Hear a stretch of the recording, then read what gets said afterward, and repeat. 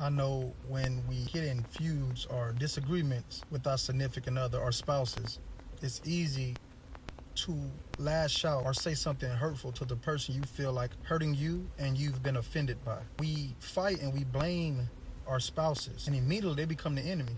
But I gotta let you know, your spouse shouldn't be and isn't the enemy.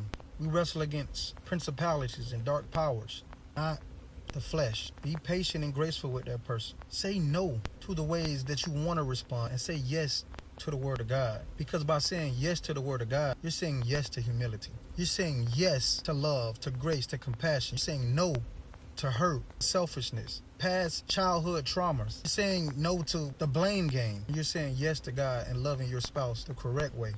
I'm going to challenge you. Say, instead of being right, I want to be righteous. Say, Lord, instead of making a good decision, I want to make a godly decision for my spouse. Say yes to humility. Say yes to unity, to love, compassion. Say yes.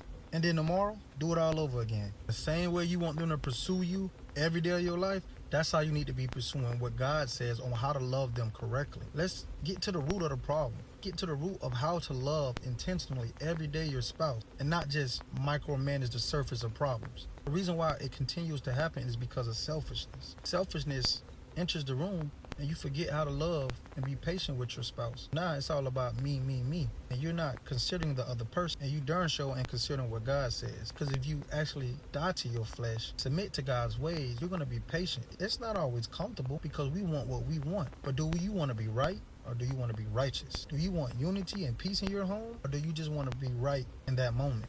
That's a question you got to ask yourself.